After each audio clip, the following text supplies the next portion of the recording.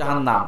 প্রিয় ভাইরা আমার, আল্লাহ পাক রব্বুল আলামিন আমাদেরকে অস্তিত্বহীন থেকে অস্তিত্ব এনেছেন, নিষ্প্রাণ থেকে প্রাণ দান করেছেন। আল্লাহ পাক রব্বুল আলামিন আমাদেরকে নিষ্প্রাণ থেকে প্রাণ দান করেই কিন্তু ক্ষান্ত হন নাই। যখন আমি আপনি অস্তিত্বহীন ছিলাম, নিষ্প্রাণ ছিলাম, এটা বুঝতে হলে আমাদেরকে বুঝতে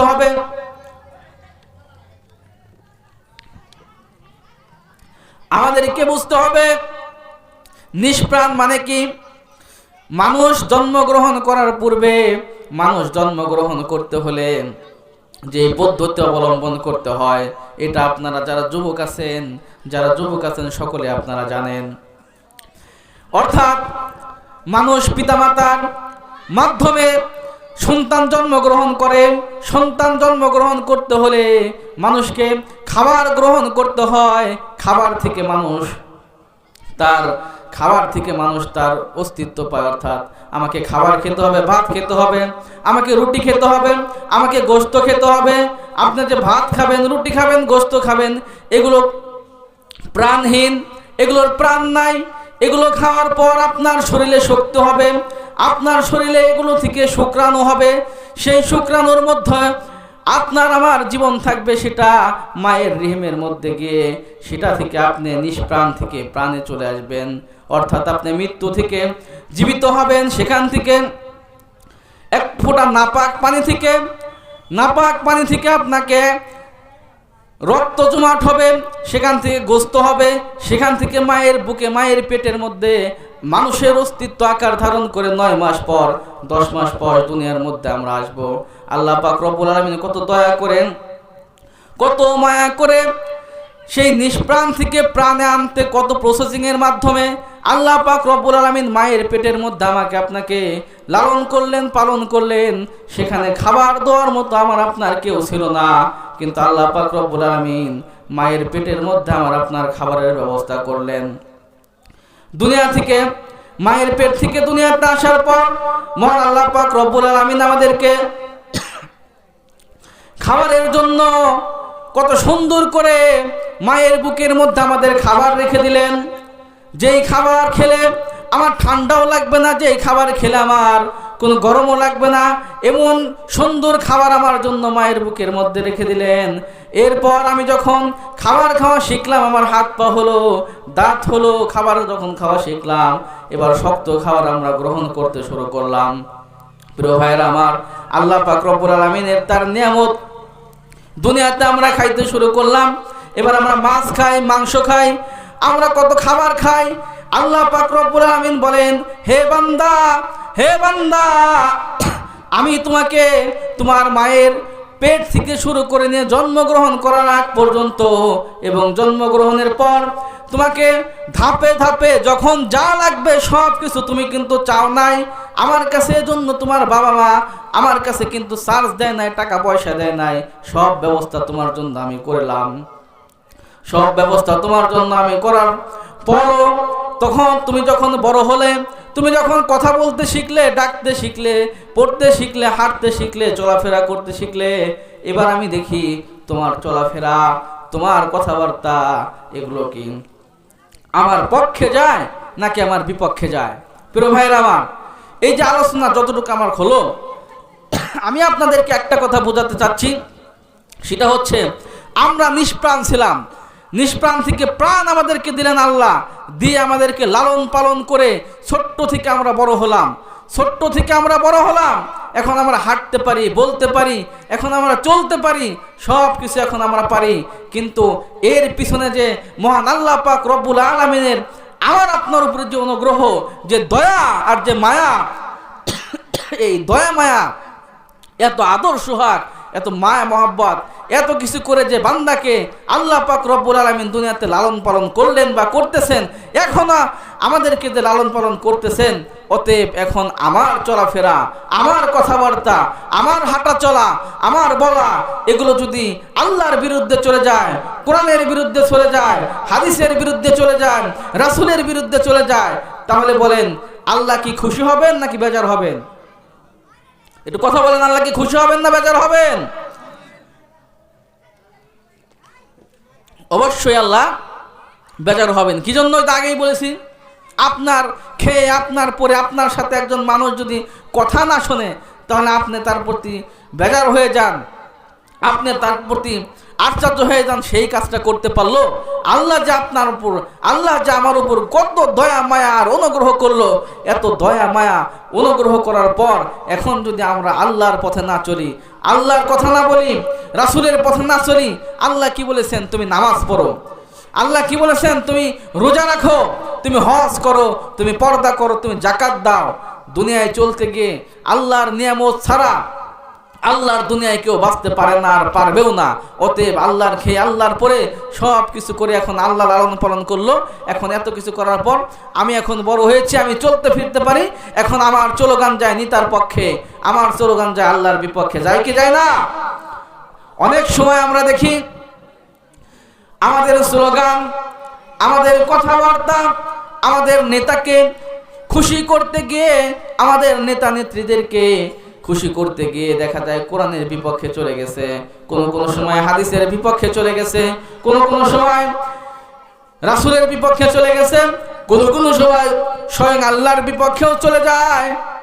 অতএব আল্লাহ পাক রব্বুল আলামিন এজন্যই আশ্চর্যান্বিত হয়ে, আশ্চর্য হয়ে মহান আল্লাহ পাক রব্বুল আলামিন বলেন কাইফা তাকফুরুনা বিল্লাহ, হে মানুষ কেমনে তুমি আমি আল্লাহকে অস্বীকার করো, অকুনতুম আমওয়াত, অথচ তোমরা তো ছিলে নিষ্প্রাণ, প্রাণ দিলাম আমি তোমার জীবন দান করলাম, এখন আমার জীবন দিয়ে, আমার দেওয়া প্রাণ দিয়ে, হাত পা চক্ষু, অনেক মানুষ আছে বোবা, তারা কথা বলতে পারে না, অনেক মানুষ আছে তারা বিকলাঙ্গ, হাত নাই পাও নাই, তোমার হাত দিলাম আমি, তোমার পা দিলাম আমি, তোমাকে দেখার জন্য, সুন্দর পৃথিবী দেখার জন্য চক্ষু দিলাম আমি, আমার দেওয়া হাত দিয়ে, আমার দেওয়া জবান দিয়ে এখন তোমার স্লোগান আসে কোরআনের পক্ষে, আমার বিপক্ষে, তোমার স্লোগান আসে কোরআনের বিপক্ষে, সুন্নাহর বিপক্ষে, হাদিসের বিপক্ষে। অতএব তোমার মতো নিমক হারাম এই পৃথিবীর মধ্যে আর কেউ থাকতে পারে না, বলেন ঠিক কিনা? প্রিয় ভাইরা আমার, অতএব আজকের এই আলোচনার মেসেজ থাকবে, একটা জিনিস আমাদেরকে জানতে হবে, আমাদেরকে পাঠিয়েছেন আল্লাহ, আমাদের জীবন দিয়েছেন আল্লাহ, অস্তিত্বহীন থেকে অস্তিত্বে এনেছেন আল্লাহ। অতএব আমার চলাফেরা, আমার কথা বলা, আমার হাঁটা চলা, আমার জীবন, আমার জৈবন সব কিছুই যেন আমার আল্লাহর পক্ষেই হয়, আল্লাহর পথেই হয়, বলেন ঠিক কিনা? এজন্য প্রিয় ভাইরা আমার কথা বলা, আমার চলা, আমার সব কিছুই কি করতে হবে? আল্লাহর পথেই হতে হবে। কারণ এই আয়াতে যদি আল্লাহর পথে আর মত না হয়, আল্লাহ আবার বলেছেন হে বান্দা তুমি যতই লাফালাফি করো, তুমি যতই ফালাফালি করো, তুমি আমার আদর্শ বাদ দিয়ে, আমার নবীর সুন্নাহ বাদ দিয়ে, আমার নবীর আদর্শ বাদ দিয়ে, কোরআন সুন্নাহর পথ এবং মতকে বাদ দিয়ে তুমি যে পথে চলো, চলতে থাকো, চলতে থাকো, বাড়তে বাড়তে বাড়তে বাড়তে বাড়ার কিন্তু একটা শেষ আসে। যখন আল্লাহ ধরবে, আল্লাহ ধরলে কিন্তু আর ছাড় পাওয়ার কোনো অবকাশ নাই, কথা বলেন ঠিক কিনা? আল্লাহর ধরা থেকে কেউ ছাড়া পায়? আল্লাহর ধরা থেকে কিন্তু ছাড়া পাওয়া অত কঠিন, অত সহজ না। আল্লাহ যাকে ধরেছেন এমন ভাবে ধরেছেন সে বুঝতেও পারে না, সে চিন্তাও করতে পারে না কি দিয়ে কি হয়ে গেল।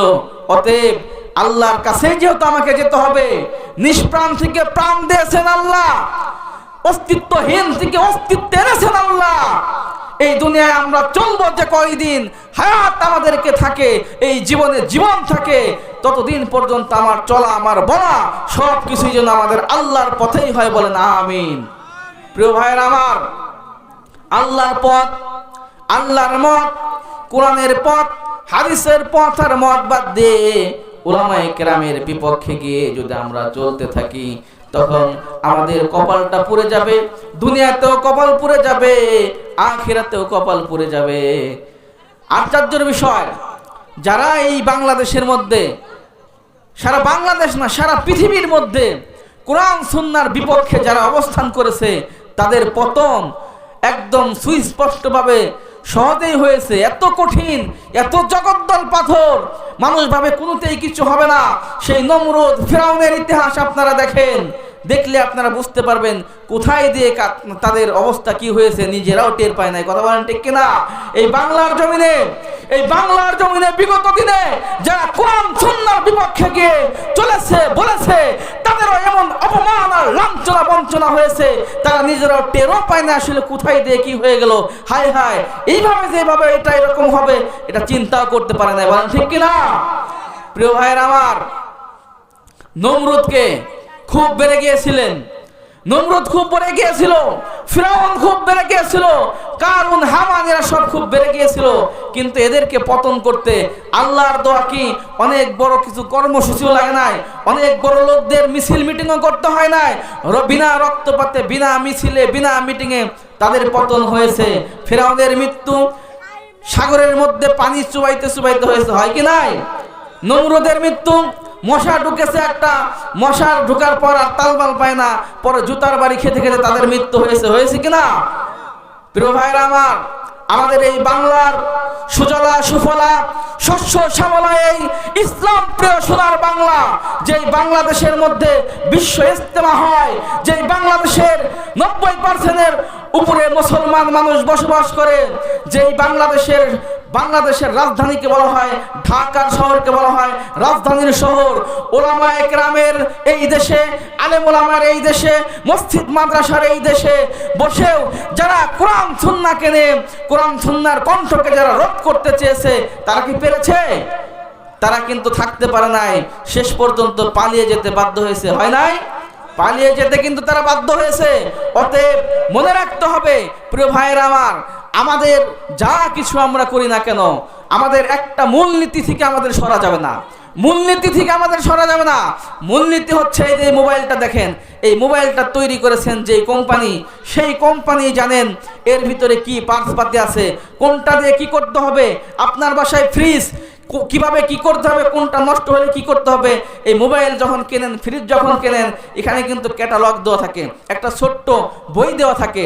এই ছোট্ট বইয়ের ভিতরে লেখা থাকে এটাকে আপনি কিভাবে ব্যবহার করবেন, কোন পথে কিভাবে ব্যবহার করলে এটা সুন্দর মতো সুষ্ঠু মতো আপনি সার্ভিস পাবেন। ঠিক তদ্রূপভাবে আমাকে মূলনীতি এটা মনে রাখতে হবে, এটা আমি তৈরি করে নেই। এই মোবাইল তৈরি করেছে যে কোম্পানি, যে আবিষ্কারক, সে জানে এটাকে ব্যবহার করতে কিভাবে ব্যবহার করতে হবে, কোন পথে কিভাবে ব্যবহার করলে এটার ভালো সার্ভিস পাওয়া যাবে। আমাকে আপনাকে দুনিয়াতে প্রেরণ করলেন, অস্তিত্বহীন থেকে অস্তিত্বে নিয়ে আসলেন আল্লাহ পাক রব্বুল আলামিন। অতএব এই মানুষকে পৃথিবীর মধ্যে কোন পথে কোন মতে চললে সে শান্তিতে থাকবে, সে সুখে থাকবে, হানাহানি হবে না, পৃথিবী সুন্দর থাকবে, গ্রামবাসী সুন্দর থাকবে, সবাই সুন্দর থাকবে, এটা কোন পথে আর কোন মতে কি করলে কি হবে, এটা আমি জানার চাইতে সবচাইতে বেশি সেই বানানোওয়ালা, অর্থাৎ যে আমাকে অস্তিত্বহীন থেকে অস্তিত্বে এনেছেন, সে বেশি জানেন না, সে আল্লাহ পাক কিন্তু বেশি জানেন। অতএব সে আল্লাহ আমাদেরকে যেই পথে চলতে বলেছেন, যেই মতে চলতে বলেছেন, যা করতে বলেছেন, হালাল যেটা বলেছেন সেটা হালাল মনে করব, আল্লাহর দেওয়া, হারামকে আমরা হারাম মনে করব। এই জন্য এই মূলনীতি থেকে কিন্তু আমাদেরকে সরা যাবে না, বলেন ঠিক কিনা? মূলনীতি থেকে আমাদেরকে সরা যাবে না। মূলনীতি হচ্ছে আমাদেরকে আল্লাহ তৈরি করেছেন গাইডলাইন হিসাবে, যেরকম ভাবে ক্যাটালগ স্বরূপ মোবাইলের কোম্পানি একটা ক্যাটালগ স্বরূপ বই দিয়ে দেন, আল্লাহ পাক রব্বুল আলামিন আমাদেরকে দুনিয়ায় প্রেরণ করে আমাদেরকে ক্যাটালগ স্বরূপ আমাদেরকেও একটা জীবন পরিচালনা করার জন্য মহাগ্রন্থ আল কোরআন দিয়ে দিয়েছেন, বলেন সুবহানাল্লাহ। কোরআন হচ্ছে আল্লাহ পাকের একটা মৌজেজা, নবীর মৌজেজা। আল্লাহ পাক এটা তার বাণী, কিভাবে আমি চললে, কিভাবে পৃথিবী চললে, কিভাবে পৃথিবী পরিচালনা করলে, একদম রান্নাঘর থেকে নিয়ে শুরু করে সমাজ থেকে নিয়ে রাষ্ট্র থেকে নিয়ে আন্তর্জাতিক জীবন, রাজনৈতিক জীবন, সামাজিক জীবন, একদম অর্থনৈতিক জীবন, সব কিছু সুন্দরভাবে সুষ্ঠুভাবে পরিচালিত হবে। এটা আল্লাহ পাক রব্বুল আলামিন এই কোরআনের মধ্যে দিয়েছেন, বলেন ঠিক কিনা? অতএব আমাকে এই কোরআনের পথে, কোরআনের মতেই চলতে হবে। এই কোরআনের পথ আর মত বাদ দিয়ে আমরা অন্য পথে, ভিন্ন পথে যদি চলি, তাহলে আমাদের জীবন বিফলে চলে যাবে, দুনিয়া আমাদের ধ্বংস হবে, আখিরাত আমাদের ধ্বংস হবে। অতএব এখন আমাদের কি করতে হবে? শ্রোতা যারা আছি, আমরা যারা আছি, আমাদের কি করতে হবে? আমাদের যেটা করতে হবে, কোরআন সুন্নাহর অনুসরণ যারা করতে বলে উলামায়ে কেরামের সোহবতে আমাদেরকে থাকতে হবে। একটা মূলনীতি শিখে রাখেন, কখনো উলামায়ে কেরামের বিপক্ষে যাবেন না। নেতাকে রন্ধন করতে গিয়ে, আপনার নেতা কর্মীকে নেত্রীকে খুশি করতে গিয়ে উলামায়ে কেরাম, কোরআন, সুন্নাহ, আল্লাহ এবং আল্লাহর রাসূল এর বিপক্ষে যদি আপনি যান তাহলে আপনার কপাল পুড়ে যাবে, আপনার ধ্বংস অনিবার্য হয়ে যাবে। অতএব দেখবেন কিছুদিন পর সেই নেতারা পালিয়ে যাবে ভিআইপি ফ্লাইটে, কিন্তু আপনি পালাতে পারবেন না। আপনাকে রাস্তাঘাটে মানুষ জুতা পেটা করা শুরু করবে। অতএব এই 90% মুসলমানের দেশে, আল কোরআনের এই দেশে, মসজিদ মাদ্রাসার এই দেশে, বিশ্ব ইস্তেমার দেশে, শাইখুল হাদিস আজিজুল হক রহমাতুল্লাহ আলাইহির এই দেশে, মুফতি ফজলুল হক আমিনীর এই দেশে, চরমনের পীর মরহুম ফজলুল করিম কুতুবুল আলমের এই দেশে কোরআন সুন্নাহর পথ এবং মতকে মাইনাস করে যে নেতা, যে নেত্রী আমাদের সামনে আসবে, আমরা তাদেরকে লাল কার্ড দেখিয়ে দেব। প্রস্তুত আছি কিনা বলেন? আমরা তাদেরকে মানতে পারবো না। বলতে হবে 90% মুসলমানের দেশ, এটা কোনো রাম আর বামদের দেশ না, এটা কোনো রাম রাজ্য এখানে কায়েম করার চেষ্টা করলে আমরা তাদের সাথে নাই, তাদেরকে আমরা লাল কার্ড দেখিয়ে দিব। কোথায় দিয়ে কি হয়ে যাবে দেখবেন, কোন কর্মসূচি আসবে, কোন কর্মসূচিতে কি পতন হবে এটা বুঝতেও পারবেন না। নেতা নেত্রীদেরও সাবধান থাকতে হবে, কর্মীদেরও সাবধান থাকতে হবে। এক কথা মূলনীতি আজকের মাহফিলে আমার আলোচনা এটাই থাকলো। আমরা অস্তিত্বহীন ছিলাম, অস্তিত্ব এনেছেন আল্লাহ।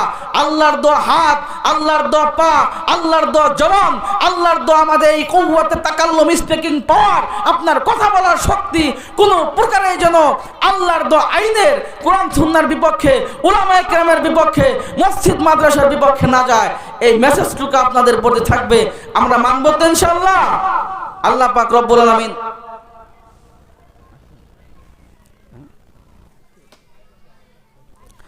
আল্লাহ পাক রব্বুল আলামিন এই কথাগুলো আমাদেরকে মানার তৌফিক দান করুন, বলেন আমিন। প্রিয় ভাইরা আমার, আমরা আজকের এই ওয়াজ মাহফিলের আজকে আরো যারা আলোচক আছেন অনেক সুন্দর গুরুত্বপূর্ণ আলোচনা তারা করবেন। হুজুর আসতেছেন, হুজুর আসার আগ পর্যন্ত আরেকটু বলি। মোট কথা এই আয়াতে কারিমা যেভাবে বললাম, যাই বললাম, এই কথার ভিতরে কিন্তু গুরুত্বপূর্ণ শিক্ষা রয়েছে। আপনি আমি যদি মূলনীতিটাকে মনে রাখি, আসলে আমি কোথায় ছিলাম, কোথায় থেকে আমি আসলাম, আবার কোথায় যাব, কোথায় ছিলাম, কোথায় আসলাম, কোথায় যাব, এই তিনটা কথা, কোথায় ছিলাম, কোথায় আসলাম, কোথায় যাব, কে আমাকে বানিয়েছেন, কার কাছে যাব, আমরা কিছুই ছিলাম না, আল্লাহ পাকে আমাদেরকে বানিয়েছেন, আল্লাহর দিকে আমাদেরকে ফিরতে হবে। অতএব আল্লাহ যেই পথে আর মতে চললে খুশি থাকেন, রাজি থাকেন, আমাদের সকলকে সেই পথে এবং মতে চলার তৌফিক দান করুন। এ কথা বলেই সংক্ষিপ্ত আলোচনা শেষ করছি। ওয়া মা আলাইনা